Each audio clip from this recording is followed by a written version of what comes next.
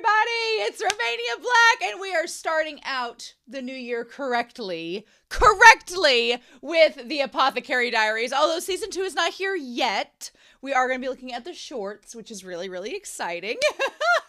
So I want to give a shout out, first of all, before we dive into the comments, because I have a lot of comments and I want to talk about the new season, all of that. A special shout out to Matilda Nightcore. Matilda Nightcore told me about these shorts and gave me the link to watch all of the shorts together. It's about 40 minutes. I'm super excited to see it, so thank you so much. I can't wait to watch them and then talk about them. It's going to be a lot of fun. So I appreciate that. Thank you so much. All of my love. But we have a lot of comments to get through and talk about. Now, the comments I'm going to tell you about, because I am recording ahead, are only going to be for episodes 20 through 22.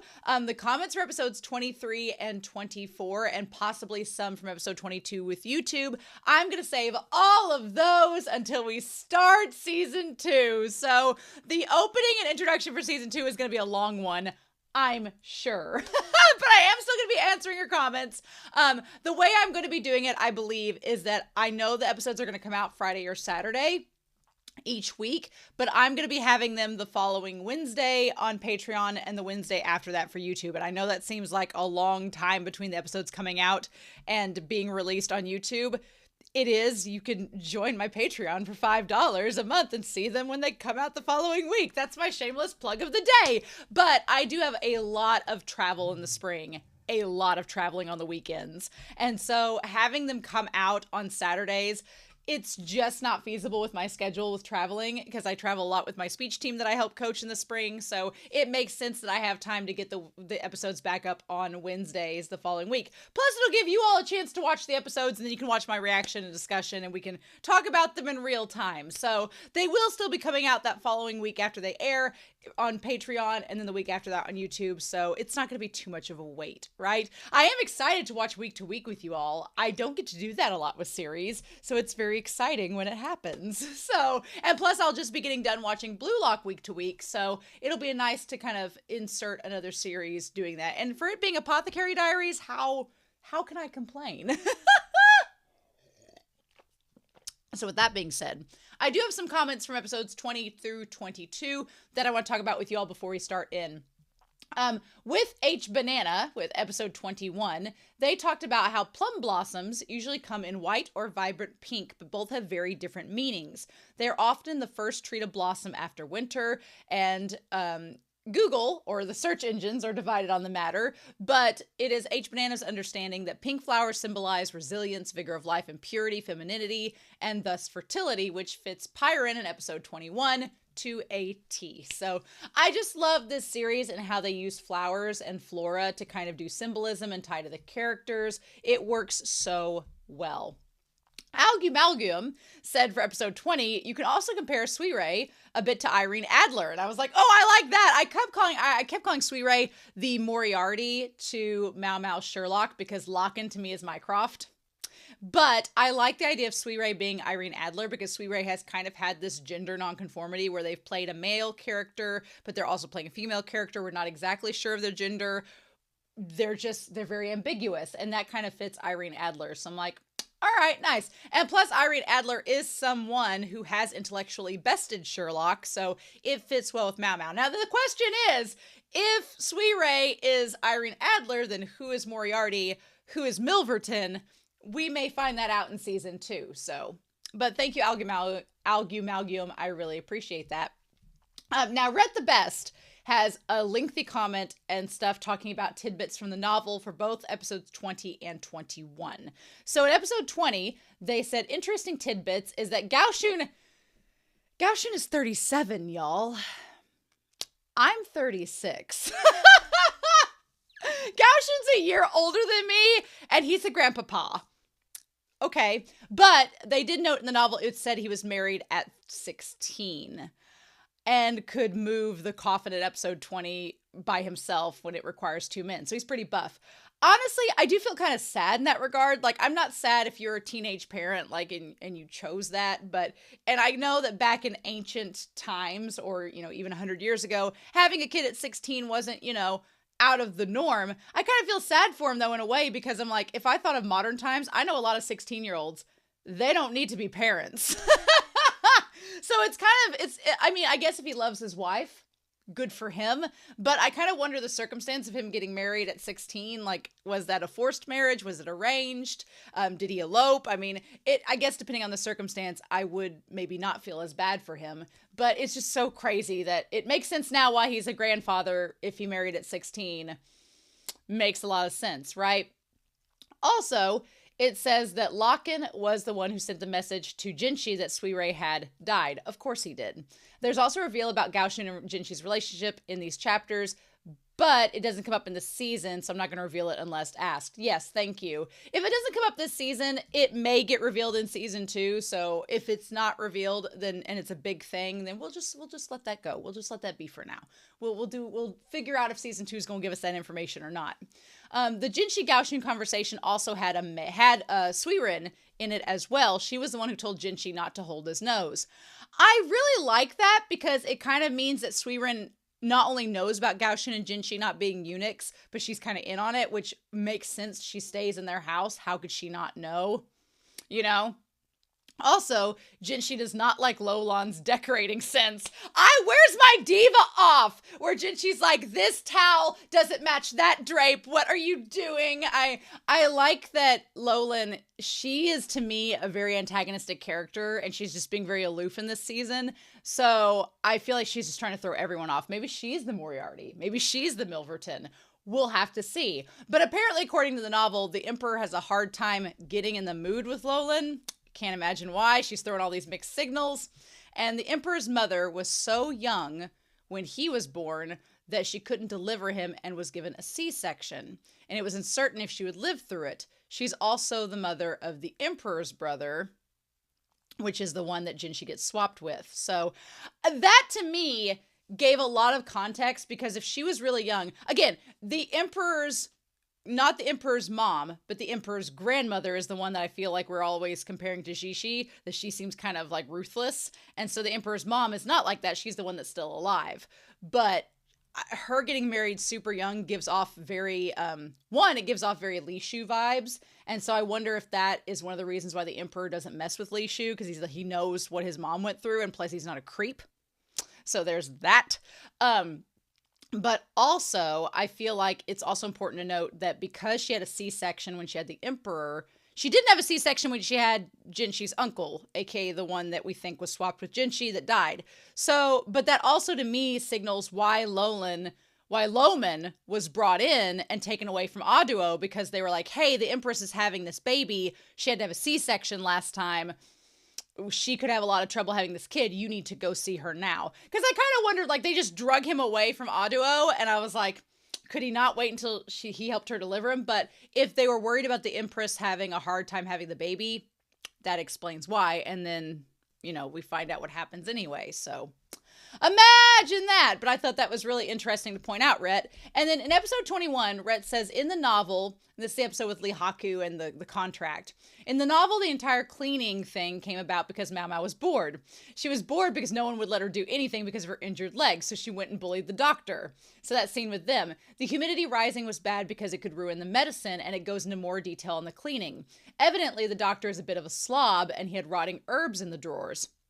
She also goes on about how the apothecaries have to know what paper they use because the medicine goes in paper envelopes to patients. So the paper has to be strong with fine fibers to hold the powders and not contaminate the ingredients, but also cheap because it can get expensive buying that much paper. So I can see why the novels would give more information and would be more interesting to know facts like that, because it gives much more detail into what's going on in the episodes that they don't have time to monologue and explain. They could do that, but in the end, it's just extra little tidbits. So I get that. Now, this part was interesting. The guards outside the door in episode 21 in the novel are actually inside watching. And on one hand, that makes it more awkward when Jinshi walks in and sees not only Lihaku almost naked in front of MaoMao, but these other guards here as well.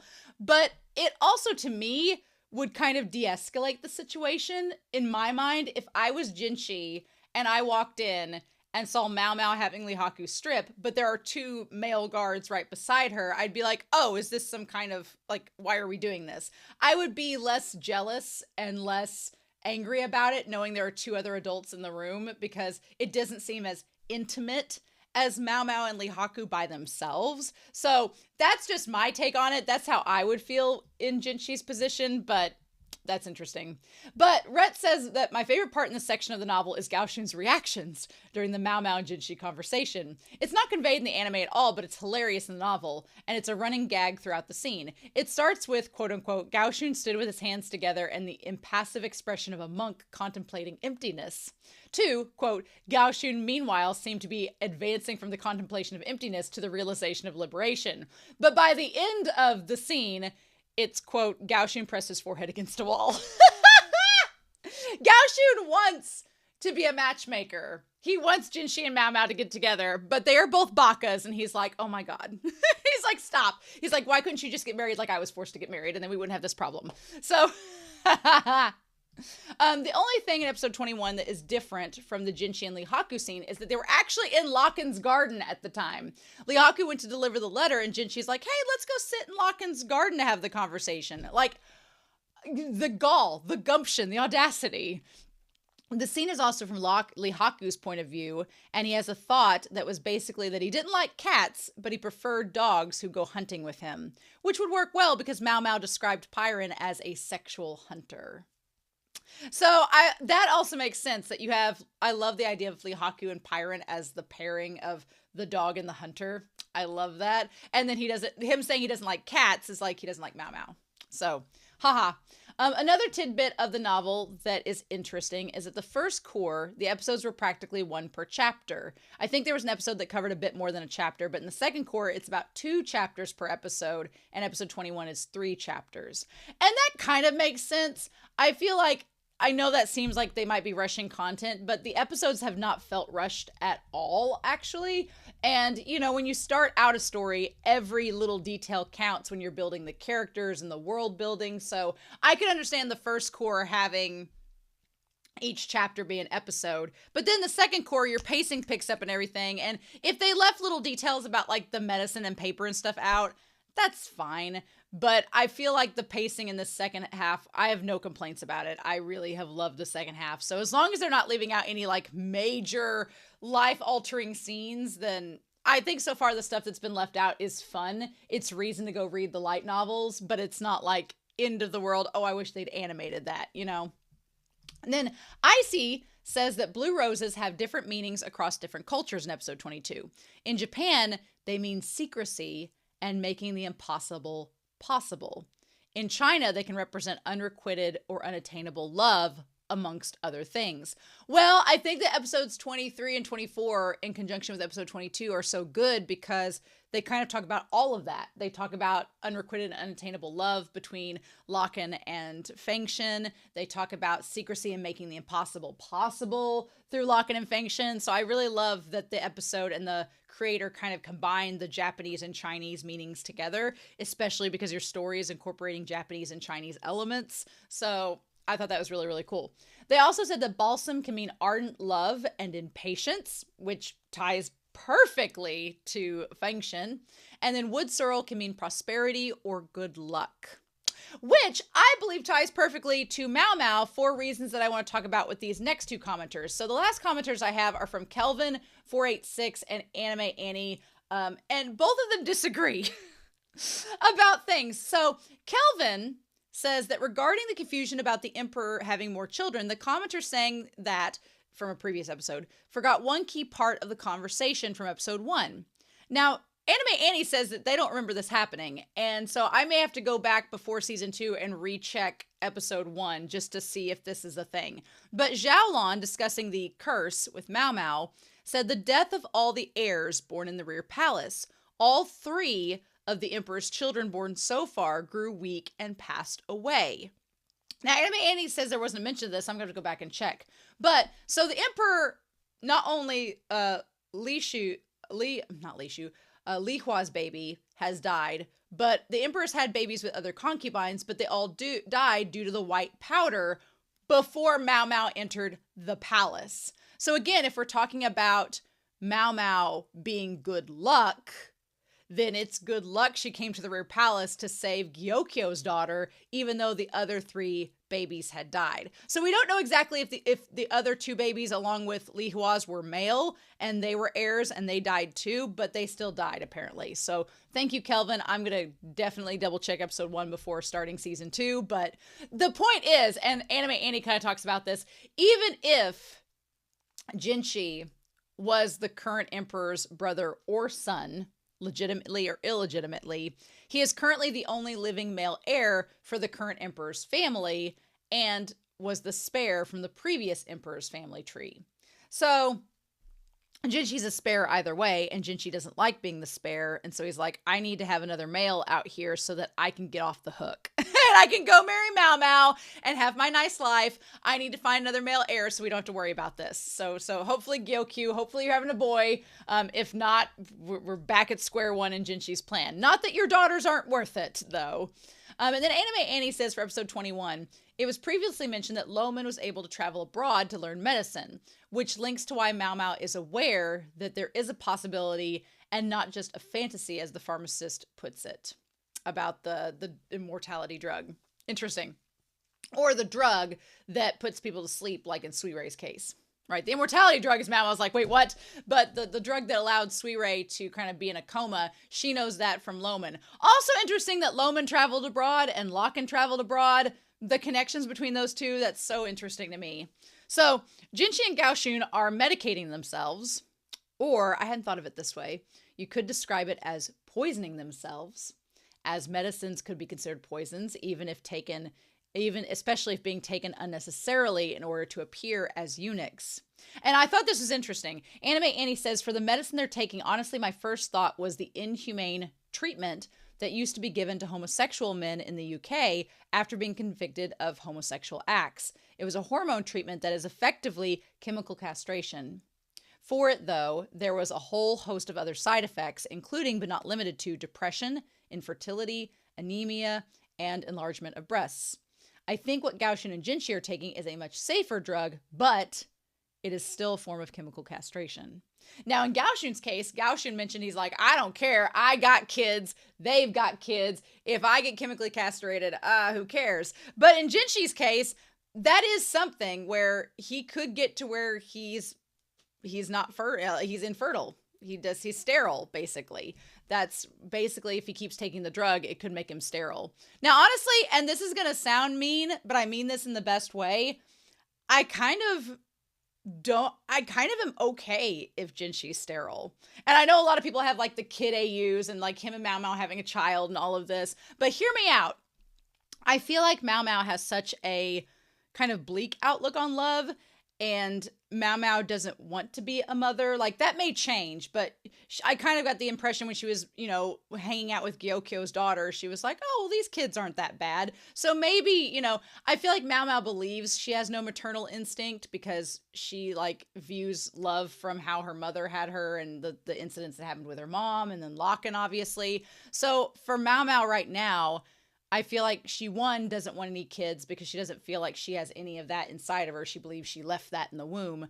But also she's seen how children in this world kind of are, especially if you're a daughter and especially if you're not nobility. And she doesn't believe she has a chance of being with Jinshi. So the idea of her having a kid in this world, I think she'd kind of be like, I don't know if I want that for you. And that may change, right? That may change. MaoMao may have different impressions. I don't think there's anything wrong with having kids. I don't have kids, but I'm kind of not opposed to the idea if Jinshi is like, I can't have kids, and MaoMao's like, I don't care.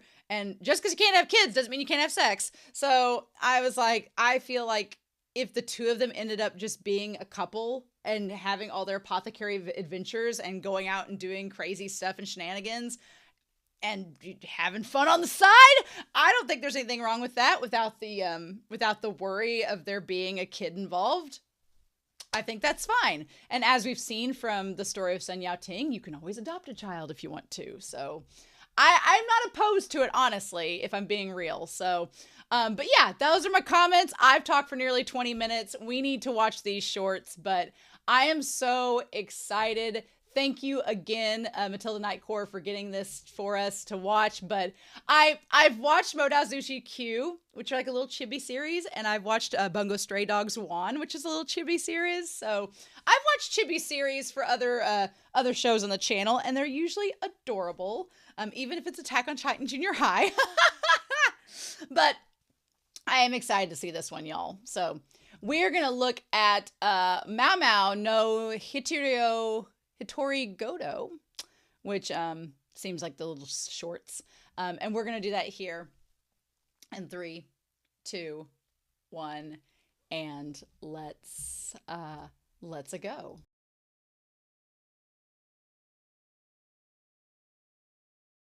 Well, that was fun.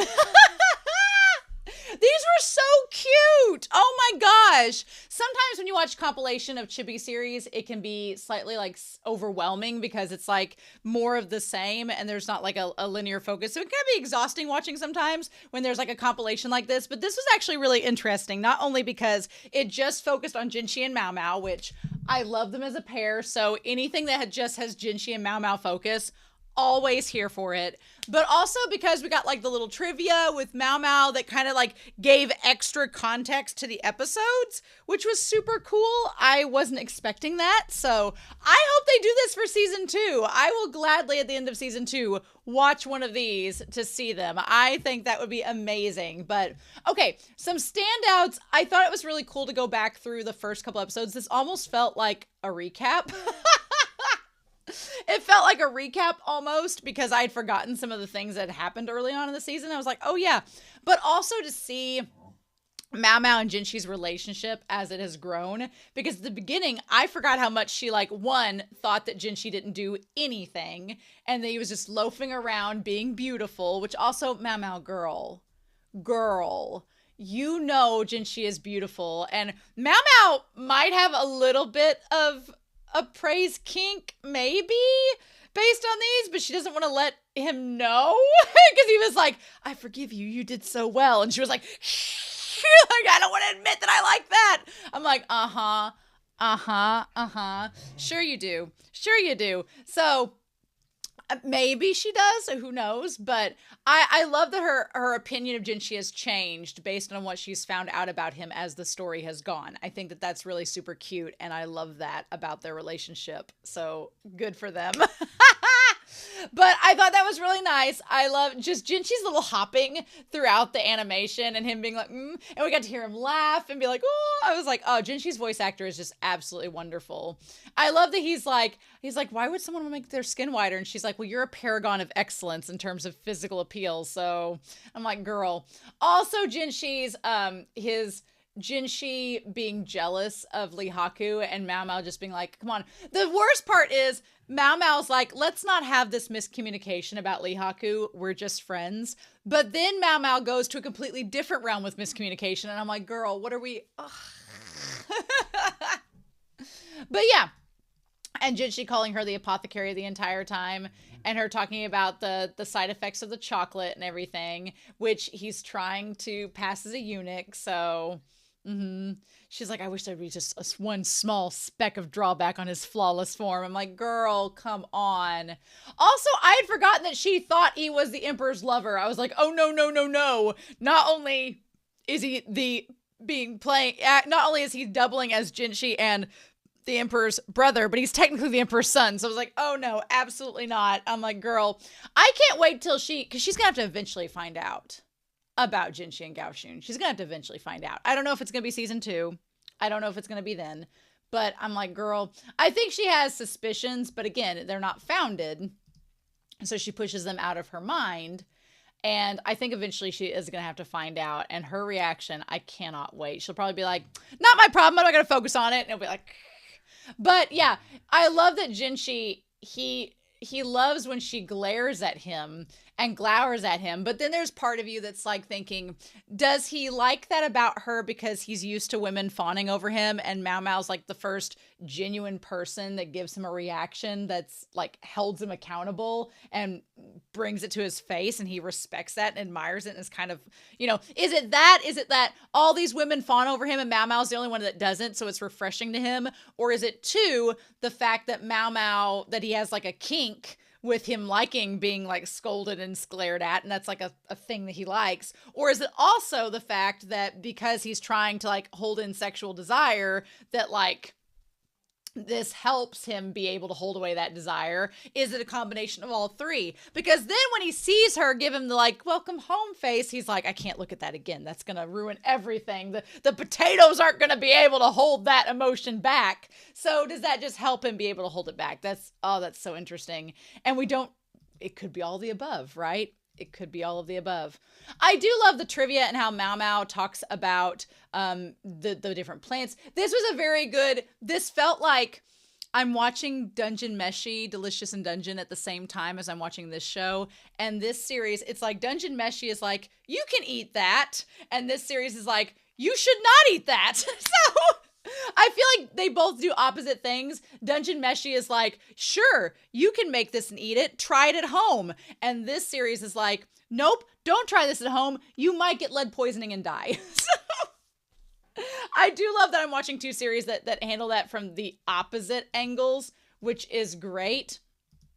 But the fact that Jinshi, MaoMao, I think, misunderstood in the episode where she got mad at the attendants for Li Hua. Jinshi was like, no, he's like, I like when you get angry. I like when you yelled at them and put them in their place. He's like, I kind of got off on that. And she's like, that seems rude. I'm like, no. These two, they're in the same book, but on different pages. And it's so frustrating sometimes, but that's part of the intrigue where you're like, you just want them to eventually get on the same page. But I do think it was cute when she thought that Jinshi was like picking up her habit of monologuing. I thought that was adorable. I really loved that. And then also when Jinshi's like, take care of yourself and thank you for doing this. Like, it shows throughout this little short series how Jinshi does care for MaoMao, even if she doesn't believe that he cares for her for the reasons that he does. But our girl MaoMao and her poison.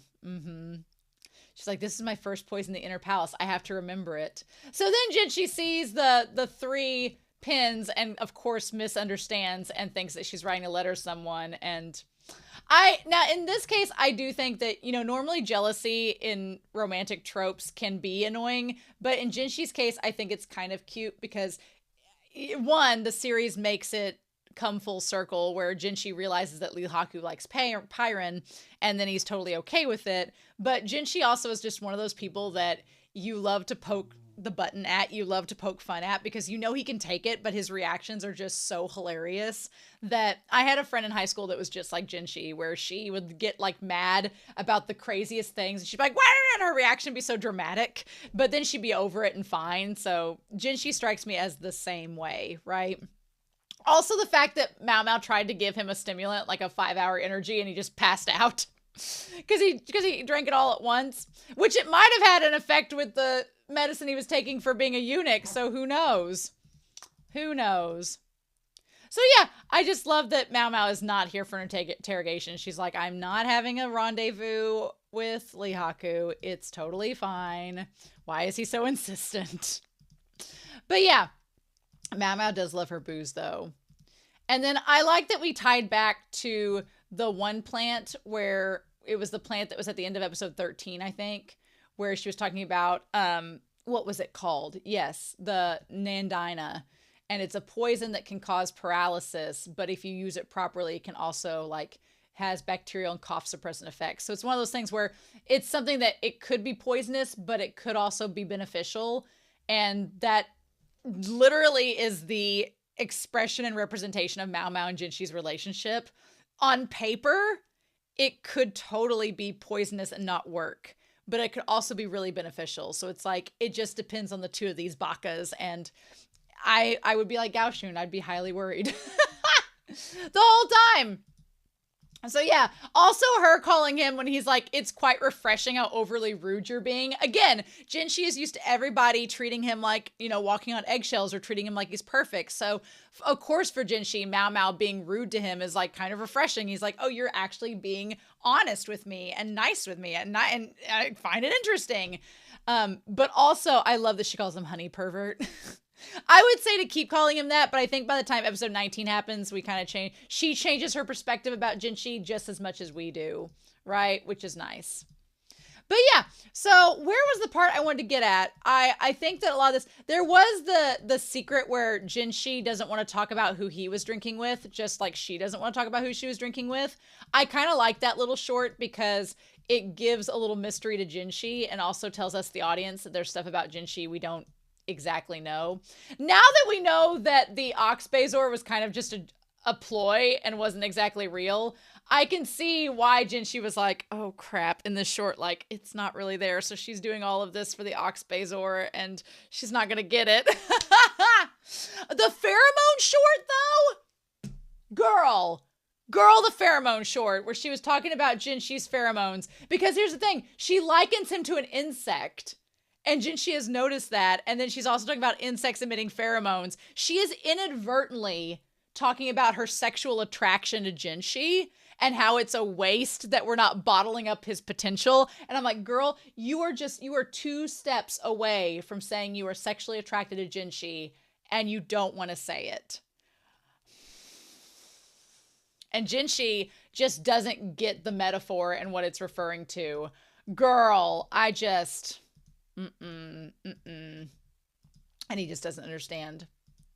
So yeah, so she's like, can you teach me a technique that makes consorts melt? Can you explain why you have them all at their feet? Again, talking about her not wanting to talk about her sexual attraction. And I'm like, oh my God.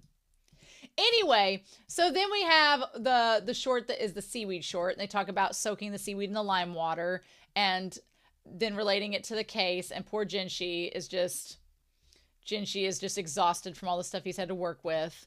I want to get back to the part with the sons.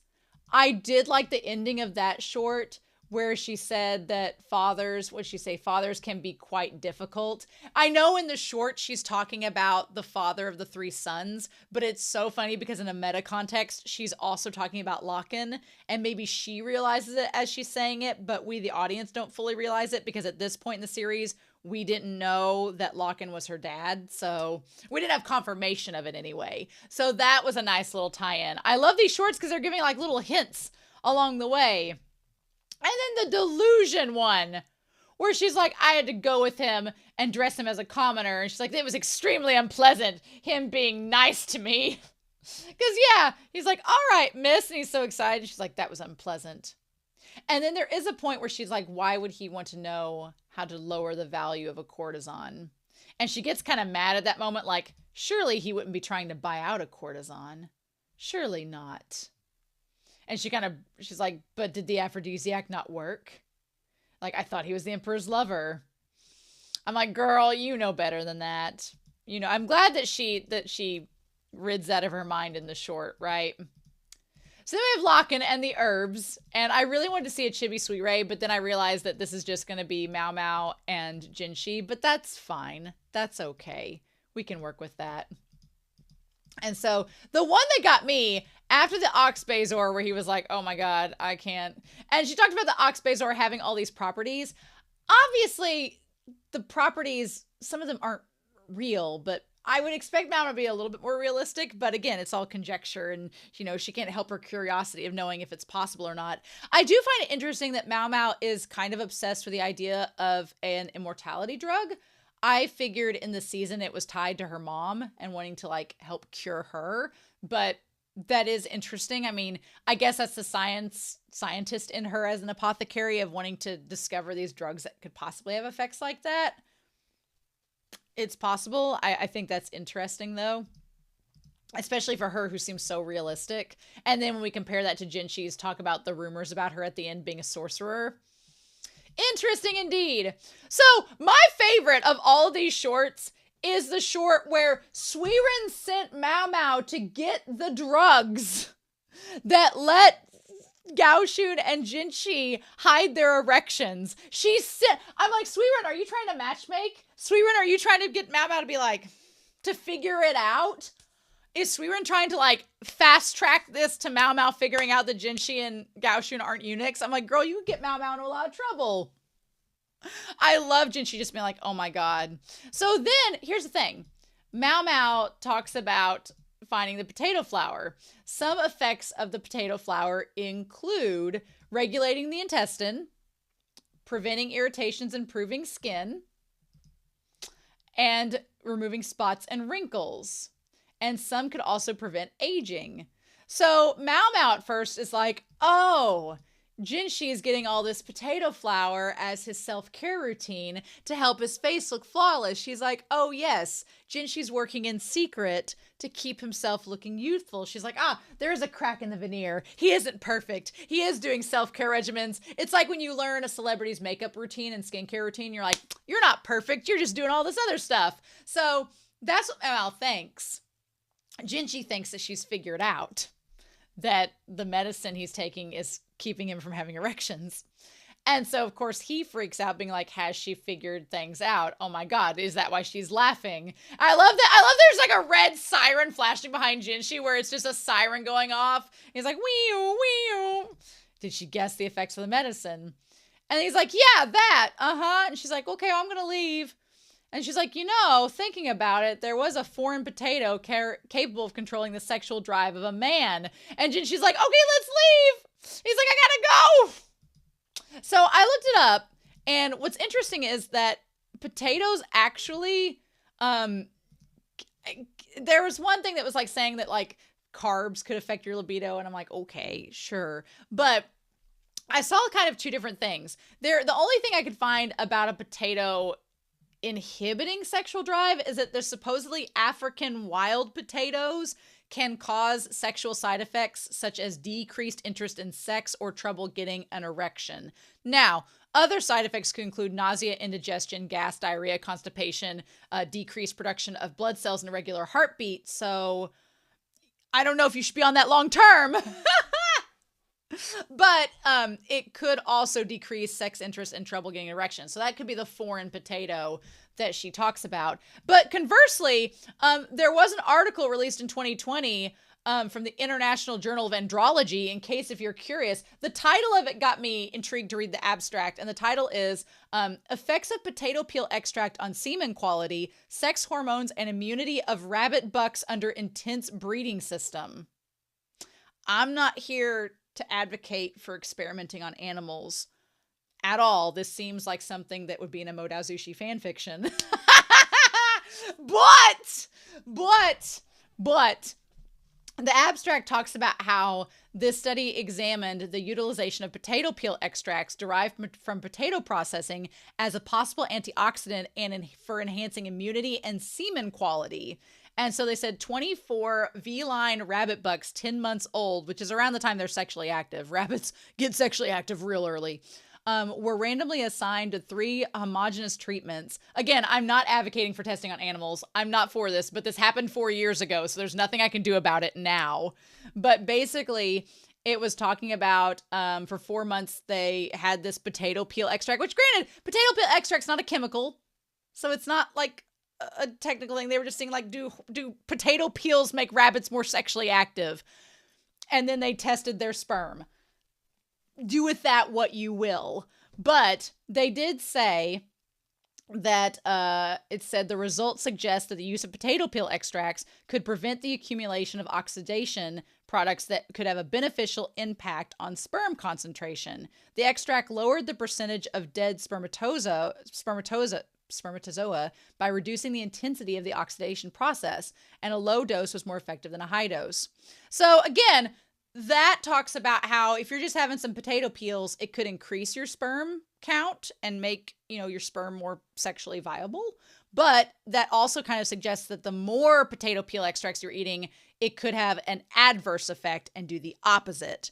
So again, if Jinshi has been eating these potatoes and using this potato flour since, for multiple years every day, then yeah, it could start to have an adverse effect on his sexual vitality. So just pointing that out. The things this series has made me go down the rabbit hole literally for in terms of searching, I did not expect to be here. And then yeah, so the last couple ones, I like that at first MaoMao's like, wait, you're not against Lihaku anymore? He's like, no, he accepted my offer. He didn't accept my offer. It's great. And MaoMao's like, what the hell is he offering? What's going on? And then finally, I love that Jinshi's like, nice work this time. And she's like, you're welcome. And then they talk about her forgiving him and everything. And then they talk about the flower petals.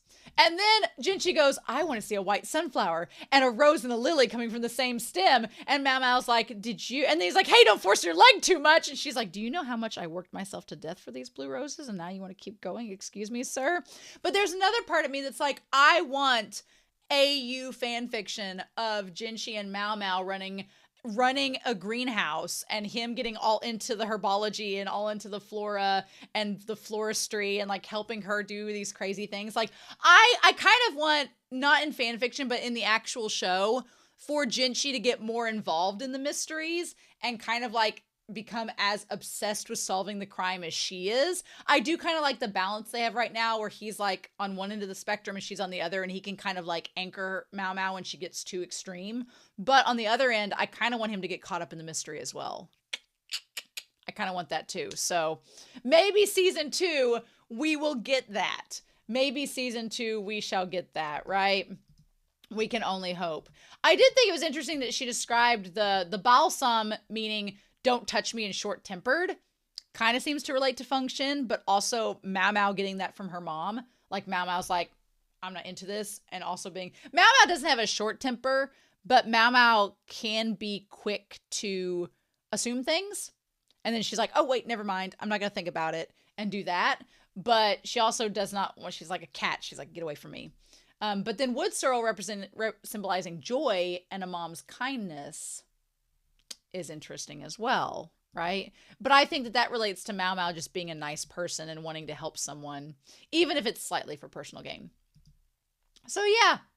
And then Jinshi was like, you know, it's not the fact that you offered Locke and alcohol and everything, but he's like, I don't want you to make an offer to someone that if I lose, I'll become your daughter. He's like, I basically don't want you to sell yourself out to someone. And MaoMao's like, I would never do that to anybody except in this case with Locken because he's my dad and I know it could win.